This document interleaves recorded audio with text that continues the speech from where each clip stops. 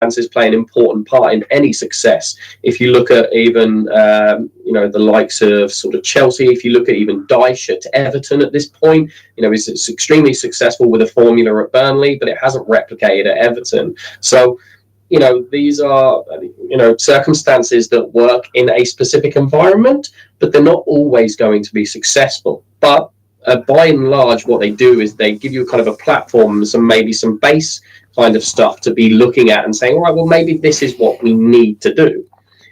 So that would be my opinion on it.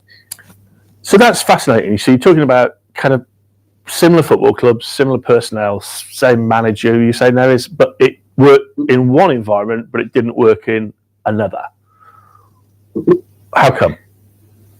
So I guess there's numerous aspects to that. There's the whole infrastructure about behind the club.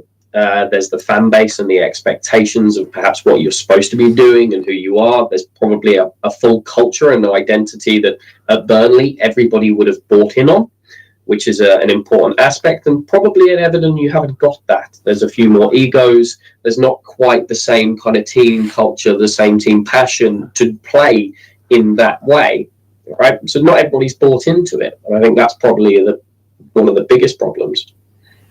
So when you say, obviously, the manager, therefore, and I had this debate with some MSCs recently about, is Jurgen Klopp's job to motivate Liverpool, and everyone said yes, and my viewpoint is no. His job is to employ talent, and talent should motivate itself. But what you're saying is that talent hadn't aligned to the vision and strategy of the manager, and consequently weren't on the bus.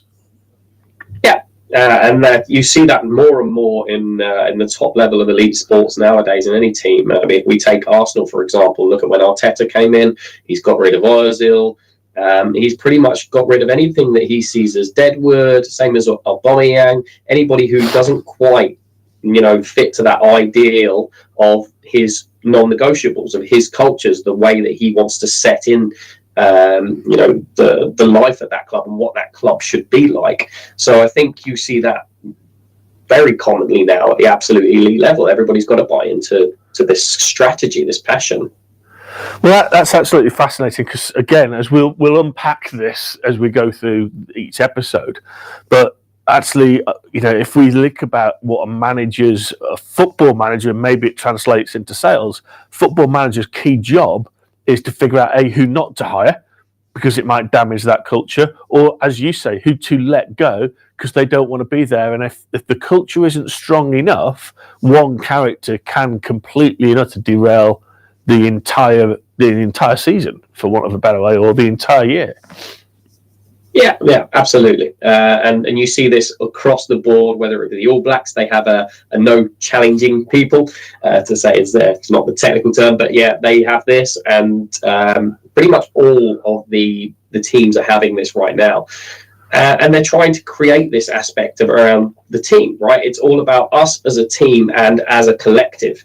And another example of that, how managers are now really strong on this, is if you look at Pep Guardiola and Thierry Henry, when Thierry Henry signed for Barca, there was a famous incident that Henry has discussed about in the Champions League at Sporting. He wasn't doing so well on the left, so what he did is he switched wings and he went and scored. And then Pep took him off at half-time and basically said, you're not doing what I need to do. I need you to, for the team, to be successful in the long run, be successful more consistently.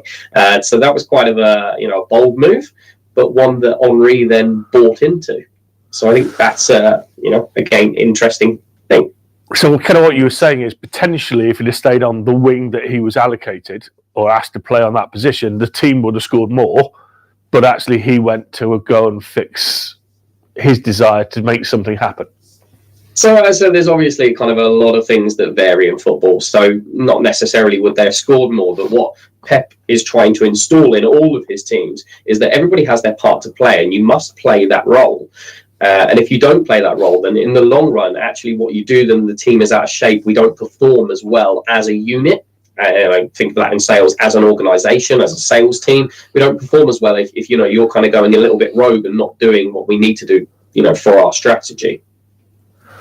Yeah, I think that is. I mean, it'd be great to pull Adam back in if we can to get his view on that, and sort of like, what you hear Adam, the balance of a team. What's your view about getting that right? You're on mute, Adam. Thank you. Schoolboy error. You think I would have learnt by now? Yeah, I mean, I profess to be largely ignorant about football as a sport, but one of the things that I did notice from watching the Beckham documentary was that actually that theory isn't necessarily always true. So he's a great example of somebody that when he had the fire in his belly, you know, when he was brought on halfway through a match and he felt he had something to prove, he put the ball in the back of the net and the whole team rallied around him. And he obviously was one of the rock stars at Manchester United, although, having said that, it was a very strong team at the point that he was there. So there were many stars within the team. But then he went to Real Madrid, and they hadn't won the league for some time, and they won the league when he was there. Then he went to AC Milan, and they won the league when he was there. And then he went to Galaxy, and they won the league. And then he went to Paris Saint-Germain, and they won the league. And actually, that's absolutely, I get that the team is a team and it should be a cohesive unit. But equally, sometimes you do need a rock star in the team. You need somebody who's on the pitch and able to inspire the people around them. And I guess the same is true of every organisation. You know, if you're my manager, you are very inspirational, and you're giving instructions, and I can follow those instructions. However, seeing the guy on the next desk to me performing and getting huge success inspires in a very different kind of way, doesn't it? It's a very hands-on, pragmatic, tactical kind of inspiration. Yeah, I think, I mean, there's variability in all of this, right? If you look at Beckham and you look at what actually they were talking about in the documentary, you know, they had the Galacticos beforehand, and that was a bunch of star individuals that didn't work as a team, and they weren't anywhere near as successful as they won. You take Harry Kane now at Bayern Munich, he's gone over there having an unbelievable season. They've not won the league for the first time in how many years? So, you know, there's both sides to it, but of course, you know, let's take back the Messi days of Barcelona, one absolute rock star in a team of stars, but everybody in their team knew their role and played that role, and just basically their tactic, you know, they admit their points, just get the ball to Messi because he will make things happen. So of course, yes, it, you know, there is an aspect of it, but if, you know, you have broken parts in the other place of a team, then, you know, you can have a rock star all you want. The overall performance of the team is not going to be as successful. Yeah. I think that's probably the variability in it. Well, but to both of you here, the piece is it the attitude? So, Adam, you started off by saying you were blown away by actually the attitude and actually what a guy he is. Mm. So I'm sensing you were possibly quite sceptical about, I'm going to enjoy this, he's actually going to come across as a real, you know, bottom, for want of a more particular word. But actually he wasn't. He actually had the right attitude. And how many times have you seen the rock star who doesn't want to do any work, who doesn't want to run back and doesn't track back? And actually that actually means that the rest of the team aren't motivated to do anything. Yeah, and I think that it's the work ethic, not just on the pitch. You know, this is wider than just football. You know, this is the belief that is baked into people. You know, I will keep practicing that. So yes, you know, when I'm in my work environment, I will make lots of phone calls, send lots of emails, do lots of posts, go to lots of events, yada yada yada. But also, and I've worked with some people that have been rehearsal fanatics. You know, we are not going to go and see this client unless we rehearse this pitch that we're about to deliver. Right. And I think that, you know, doing the work behind the scenes, you know, like Beckham, seeing as we're talking about football, where what he would do is he would take a bag of balls out onto the pitch and he would kick ball after ball after ball after ball after ball after ball after ball while everyone else was in the bar having a few beers. He would just keep working, and that came through. That shone through in his ability. And I think that one of the things that you see in a work environment from people that are incredibly dedicated and focused is that they're always happy to rehearse it again, rewrite it again, do it again, to be as good as it can possibly be. And actually, that's the message that needs to go out. It's not like, oh, I can perform when I go into a pitch. Yeah, well, that's really nice. But actually, it's that backstory. You know, how much work do you do ahead of that pivot point to make sure that my guitar teacher said, it's no use rehearsing it until you can get it right. You must rehearse it until you can't get it wrong. And I think that idea of it being automatic to do things the right way is so crucial to success. Yeah, what I love about this is, obviously, Dayle, we're talking about football and sport, and we'll be doing this weekly. Adam, you just interjected there on musicians. There's and Dayle, I don't know if you can chip in on this, but there is a lot of work that has been done about deliberate learning and deliberate practice, but not a lot that's linked it to sales. Because actually, Adam, to your point, sales go, no, it's deliberate performance, which is to me a very lazy way of saying I can't be bothered to have a deliberate learning mentality, and I'm certainly not going to actually shed out some time to do deliberate practice.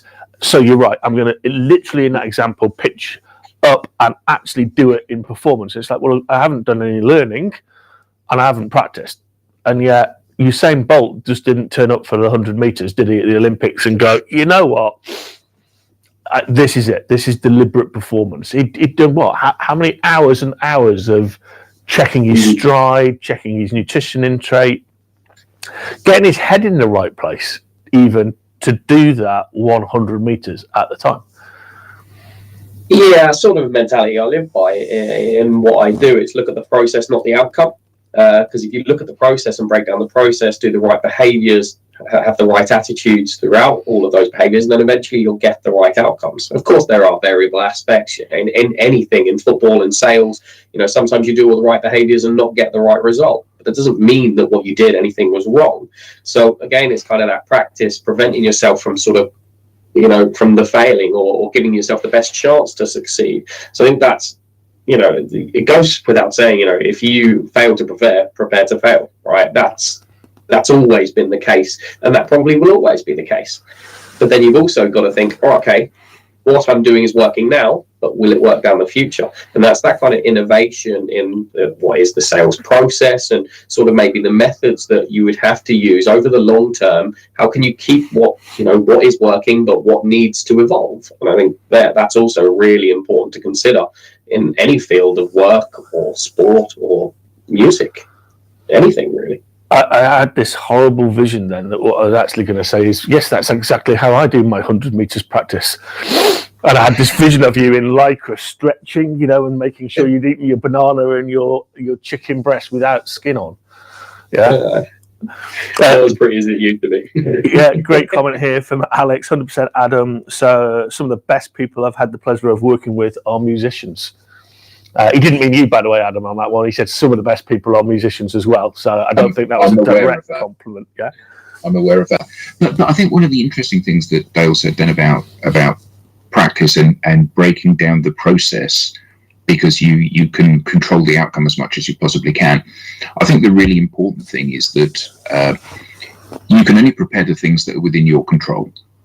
So you can do your rehearsals, you can do your practice, you can do your training, you can keep doing that until you can control everything that you can control. When you go out into the wild, whether that's a pitch or a sales interaction or a football match, there are things that are out of your control. There are other people involved, and you cannot legislate for how they're going to behave. But what you can do is you can load the deck in your favor. So if you think about your sales strategy and sales outcomes, if you have rehearsed something until you are slick and polished and articulate, is that likely to give you a better outcome than when you wing it? The answer is, of course, yes. Does that mean that every time you pitch you're going to win? Of course it doesn't, because the person who's on the recipient of this, they may not like you, they may not like your offer, they may not like your price, they may not like your company, and you can't legislate for that. But what you can legislate for is that you do your bit as well as you can possibly do it. And I think that idea that I'm going to control the things I can control, it just means that you're maximizing the chance that you're going to get the outcome that you want. Yeah, but I think actually though, I'd expand that a little bit. You can prepare for being out of control. What are the scenarios that could go wrong, and how do you plan to get that back on track? And actually, looking at somebody who's arguing for sport, and this is what we're going to talk about, and then actually yourself for musicians. The actual third one is the aviation industry, who do a huge amount of practice and deliberate learning. A pilot spends lots of time reading the black box simulations and the reports as to what went wrong for other pilots, and also huge amount of time in a simulator. So we're actually unpicking, looking at Dayle, sport, unpicking from your perspective, music, both well reversed in terms of deliberate learning, and practice. Chess is another one. How many hours do chess players work constantly preparing their game? I see Dayle nodding there, yeah. Yeah, of course. And you're also looking at, who are your competitors, whether you're opposition. Look at Arsenal and the way they played against Man City at the weekend. They play a different strategy to get the result. So, know who your competitors are, know how they're going to be kind of working and trying to counter you as well. Perhaps know your buyers and know what your buyers maybe want. They may have specific behaviors or specific preferences. So the more homework you do, the more you can prepare for those situations. Yes, always the element of outside of your control. But again, preparation. The more you do and the more you're kind of open to understanding kind of, that what you do has to adapt, the more you're going to be successful. No, I certainly think jumping on the back of Van Halen while strangling him is a very different strategy to play in defence there. I thought it was brilliant, yeah. It goes both ways in football. Yeah. I mean, when Pep has to run onto the pitch in his kind of like boxing umpire kind of kit and separate both of them at the 95th minute, you kind of go, maybe that was a bit full on in the old penalty box there. Yeah, but at the same time as well, they were smiling and laughing straight after. So, there's the emotion of the pitch. And I imagine there's a lot of emotion as well in any sales negotiation, especially if it's a big one for you. There's a lot of money on the line. And it's about, keeping that cool head, not making a basic mistake, right? So as much as Gabriel might have been doing stuff in the penalty box, he didn't go overboard where it caused a mistake that would be detrimental to the problem. So, fine line. Very fine line indeed. Well, we're coming to the end of this episode, and what we're actually looking to do, and we'll be doing it next week as well, is this will become a bit of a side track now, where we'll be doing something every week, Dayle and I, to discuss more specifically one or two aspects of what sales can either teach sport or learn from sport. So, what's your vision about what we'll be looking at going forward? There's so many areas from the management side and kind of how you can adapt your team, how you can adapt your style to an individual. We can talk about infrastructure and how infrastructure will aid success, which you can see a lot in sport, the likes of Chelsea, Everton, Burnley, all big examples. Training and culture, I think, are two real aspects that are really important. We consistently think about performance and how we drive performance, but perhaps, maybe not as much the process, even in feedback, the feedback that you're getting, allowing an open and transparent culture. You've got the mental health side of things and the drawbacks of performance. There's so many things that we'll cover. So that's kind of just a slight insight into some of the topics that will get discussed throughout the rest of it. I'm really looking forward to it. I'm so impressed that you're going to be weaving Burnley into all of this. I mean, who knew that we would be bringing Burnley's kind of parallel to Sales TV over the next few weeks? But I'm really looking forward to this. I think it's going to be really exciting. But, join next week, everybody, because actually we're going to be starting another set of episodes, hosting it here in the studio first around sales transformation with Dr. Grant Van Ulrich, and Alex will be co-hosting that. And therefore we'll have 3 or 4 different streams of things coming. So we'll have sport with Dayle and I, we'll have transformation, a bit more of a documentary, we'll have the general lovely coffee kind of and biscuits conversations here as well at the studio every week, and then obviously the later edition hosted out of Boston. So a lot more coming. So this continues to be that massively great, safe, unbiased space for sales, for you to know everything about sales, the issues of today, what's breaking, what's more tried. Really, really excited that Dayle is going to be looking to co-host going forward. Knows a damn sight more about sport than I do as a lecturer in sports marketing. But we've also got Helga coming back in a couple of weeks, which is going to be a really, really cool episode as well. So thank you for tuning in. Please do let us know via the webpage future things that you would like to discuss, and maybe actually, Adam will be popping up one talking about musicians and deliberate practice and what that can teach sales. So, last word from you, Adam, and last word from you, Dayle, before we go. Yeah, fascinating discussion, and I think that these relatively new concepts for how sales teams can improve their performance around practice and building a real team are crucial kind of cutting edge thoughts. Agreed. Dayle closes out. And for me, I think the exciting thing is when you think about everyone's own experience of sport, it brings out a lot of emotion, and trying to strip that back and really understand what's going on behind the scenes and how that influences sort of not just performance but many other outcomes, and really looking at the process behind it. I think that's going to be the exciting thing out of this. Cool. Well, lovely to kick this off with you, Dayle. Look forward to working with you on many aspects going forward. And all I'd say is thanks to everybody here in the studio. Thanks for Robin. Great work hosting us again. And I wish you all a great post-Easter week, and we'll look forward to seeing you soon. Bye-bye.